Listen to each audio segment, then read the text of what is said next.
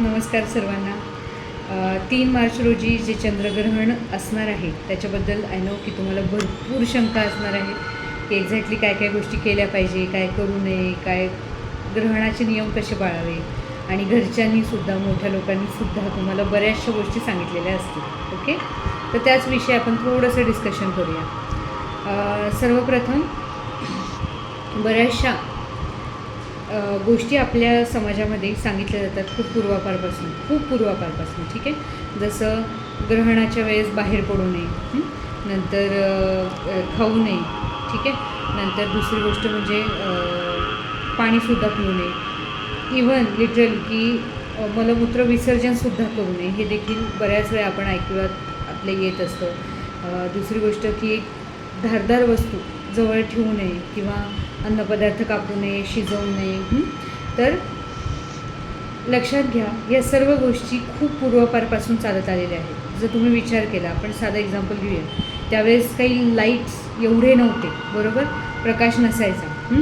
आणि गर्भवती जर अंधाराच्या वेळेस जर कुठे बाहेर गेली किंवा लहान मुलं किंवा मोठी माणसं जर बाहेर गेली तर त्यांना काही इजा होऊ शकते, म्हणून ह्या गोष्टी आधीपासून वर्ज्य सांगितल्या गेलेल्या आहेत, बरोबर. पण जर आत्ता आपण बघितलं तर अतिशय व्यवस्थितपणे लाईट्स असतात आपल्याकडे. शक्यतो ठीक आहे, बाहेर तुम्ही पडू नका, ती एक गोष्ट आपण व्यवस्थितपणे फॉलो करू शकतो. पण ग्रहण कालावधीमध्ये एकाच ठिकाणी बसून राहायचं आहे, मलमूत्र विसर्जन करायचं नाही. तर त्या गोष्टी अजिबात फॉलो करण्याची गरज नाही. त्याच्याने उलट फायदा होण्यापेक्षा नुकसानच जास्त होणार आहे. त्यामुळे त्या सगळ्या गोष्टी व्यवस्थितपणे चालू ठेवा.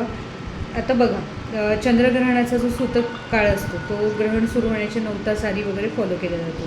मग आपण जर विचार केला तर 6:20 ते संध्याकाळी 6:48 तो ग्रहण कालावधी आपण फॉलो करणार आहोत किंवा तो ग्रहण कालावधी आहे.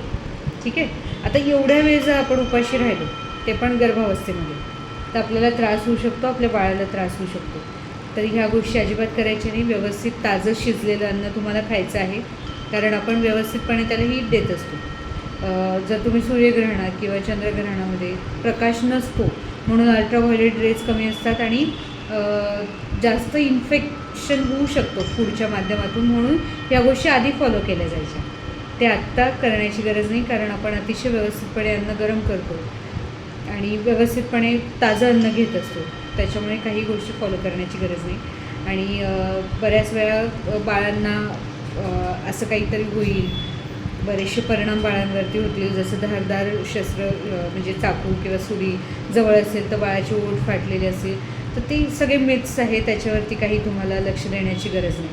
ठीक आहे, त्याच्यामुळे अतिशय मन शांत ठेवा, अतिशय व्यवस्थितपणे ग्रहणाच्या पिरियडमध्ये सुद्धा आनंदी राहा आणि देवाचं नामस्मरण ही अतिशय चांगली गोष्ट असते. ती गोष्ट तुम्ही कंटिन्युअसली करत राहा. जे काही तुम्हाला जो देव आवडीचा असेल, जे काही मंत्र तुम्हाला येत असतील त्याचा जप तुम्ही करत राहा, त्याचा तुम्हाला फायदाच होणार आहे आणि घाबरण्याची गरज नाही. ओके, भेटू.